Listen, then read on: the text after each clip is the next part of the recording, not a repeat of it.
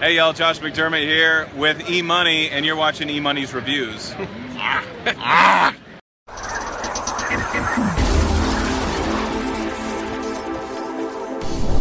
Hey movie lovers, welcome to another exciting episode of EMoney's Reviews. As you can tell by our introduction just now, Fandomfest last weekend was a huge success. Even though Billy Piper and Karen Gillian made a liar out of me last week by canceling at the last minute. My Doctor Who poster still awaits your signature. Still, a great time was had by all. Special thanks to Josh McDermott, The Walking Dead's Eugene, for doing that for me. McDermott follows me on Twitter now, so yeah, that totally happened. We've got a great show planned for today. In addition to showing you all the fun stuff I saw at Fandomfest this weekend, I'm also going to give you my review of Fantastic Four out in theaters now. And of course, EMoney's Movie-isms. But first, let's recap Fandomfest. In addition to going a little celebrity crazy at this show, as I usually do, I did have a chance to see a few screenings. And one of the screenings I saw on Saturday was for a new web series by Pixel Brain Productions, Bagged and Bored. Bagged and Bored tells the story of what goes on in the life of a few comic book store clerks before, during, and after hours. Now, I'll be honest, when I walked into this screening on Saturday, a small part of me didn't want to like it. Because a few years back, my dad had a similar idea for a movie. Now, for a number of reasons, things just didn't work out. So my dad and I both walked into the screening wanting to hate it, but by the time the first episode was over, we just couldn't. Because it's good. It's really, really good. And other than having that song stuck in my head, everywhere I look I see Brian Candace. I have very few bad things to say about this show. Great characters, played by great actors, and great comedic writing. Assistant Manager Adam, hilarious. To show you what I mean, let's take a look at a not-so-exclusive clip of episode 1, where store owner Kent deals with a wannabe employee, and we also meet one of the store's actual employees for the first time. How many times do I have to tell you, stay out from behind the counter? One more time. Stay out from behind the counter! This area is for employees only. Sacred Amazonian space. Jake Feet must not touch this land. You keep saying words, but I look into that deep, beautiful unibrow. Flattery will get you nowhere, Wormtongue. Come on, just hire me. I'd be a great employee and you know it. Customers love me. Isn't that right? F*** you, man. Hey, f*** you too. Come again. See? Look, I've just been fired from literally everywhere. I really need a job. Well, with qualifications like that, how could he say no?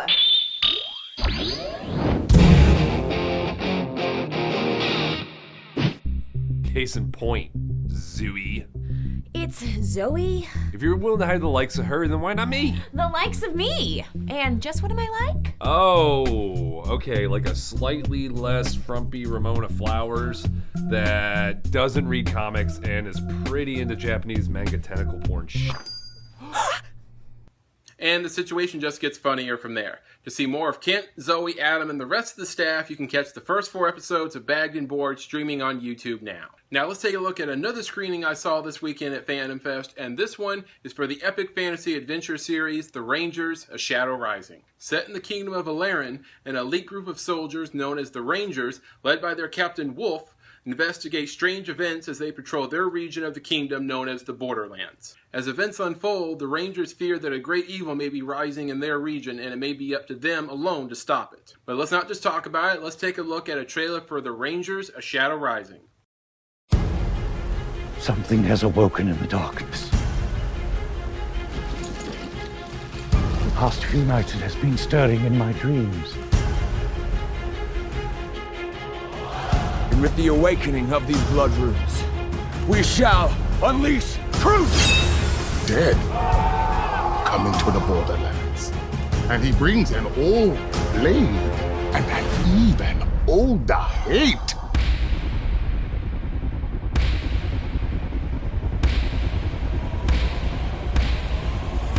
See that? Orcs. Ban crossed the Coldfell River yesterday. There's strange things afoot in the Borderlands, Ranger. They shouldn't be on this side of the river. They think that a god created. We are their god! I say we hit them hard. And we hit them on the run. I seek orcs to kill, but I also seek the reason behind the reason. Shall we go hunting, Brandon?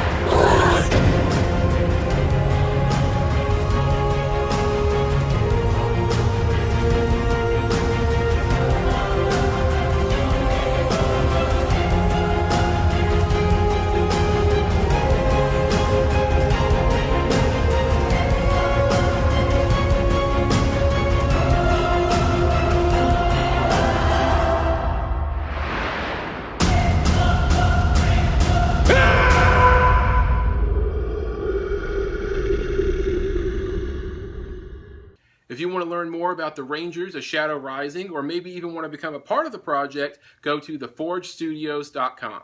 Okay, that about does it for my Fandomfest recap. Now let's talk movies. And out in theaters right now is the new Fantastic Four. Now guys, if you watched last week's episode, you know how I feel about Fox. But I really wanted to like this film. Wanted to. Of course, this isn't the first attempt to bring Stan Lee's creation to the big screen. First, we saw the 1994 cult classic by Roger Corman, The Fantastic Four. And say whatever you want about this film, but they had those costumes down, right out of the comic books. Some would say a little too well. Then came the 2005 Fantastic Four, also by 20th Century Fox, starring Jessica Alba and the future Captain America, Chris Evans. Now, when the studio only barely broke even with their 2007 sequel, Rise of the Silver Surfer, it put an end to that franchise. So instead of selling the rights to Fantastic Four back to Marvel Studios, which would make everybody, including the fans, happy, 20th Century Fox decides to try to reboot the franchise. Well, let me tell you how that went. Oh man, where do I start with this movie? Now, the first half of this movie is actually not bad. You got the setup, you got the origin story, all pretty good stuff. It's only after the accident in the second half of the movie where things really start to fall apart. First of all, the movie takes itself too seriously. I mean, there's almost no humor in the entire film, which is really a key element to any good Fantastic Four story. And you don't get any sense of family from the four team members, other than a little bit of flirting in one scene from Reed and Sue. You don't get any kind of romance going there. You don't really get a sense of sibling love in any of the scenes from Sue and Johnny. And perhaps worst of all is that Ben and Johnny hardly speak to each other in the whole movie. I mean, that's one of the key elements of any Fantastic Four story, is the love-hate relationship between Ben and Johnny. Also in the middle of the film, Reed does something almost completely out of character for him. I mean, honestly, did these guys even read the comic book, or did they just have some intern summarize it for them? The movie has one decent action scene at the end where the four finally start to work together as a team, which is about the only sense of camaraderie you get in the entire film. And it's kind of sad when cosplayers can do a better job of creating costumes than a big budget Hollywood studio can. And perhaps worst of all, why doesn't Ben have pants? Or, for that matter, a penis? In every single version of Ben Grimm or the Fantastic Four I have ever seen or read, Ben always, always, always had pants. And I assume a penis. Marvel Entertainment CEO Isaac Perlmutter actually got his own private screening of the film, and we have the exclusive footage of his reaction. Let's take a look.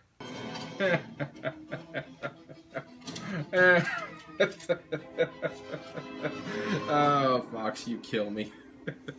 So, I guess I should come up with something better than one small step for man. Get comfy, kids. We're about to make history.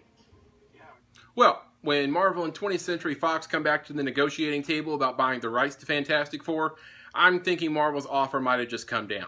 Fantastic Four is playing in theaters now, and I give it a very generous 1.5 popcorns out of 4. Alright, movie lovers, it's time for EMoney's Movie-isms, and here's your fair warning. If you don't want spoilers to any of these movies, stop watching right now. Today's movie-ism is called Going the Way of Obi-Wan, and what this one means is when the main protagonist's teacher, protector, mentor dies in an effort to protect his student, his kid, his friend, whatever the relationship might be. And do I really have to explain where this one comes from? And of course, this comes from the original Star Wars film when Obi-Wan Kenobi sacrifices himself so that Luke and his friends can escape the Death Star. Another example of this is in Harry Potter and the Half-Blood Prince, when Professor Dumbledore sacrifices himself by letting Snape kill him, both to protect Harry and to solidify Snape's position in Voldemort's inner circle. I did give you fair warning for spoilers. In the original Highlander film, Sean Connery's character Ramirez takes on Kurgan in a duel of immortals because he knows that his protege McLeod isn't ready to face him. In X-Men 3: The Last Stand, Professor Xavier attempts to help one of his first students, Jean Grey, battle her inner demons and is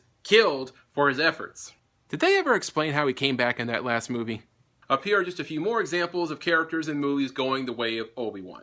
And of course, if you want to improve your movie knowledge, go to listchallenges.com. You can type in just about any kind of movie genre you can think of, and you can find lists of movies made by movie lovers just like you, of movies that you need to watch to become the ultimate movie buff.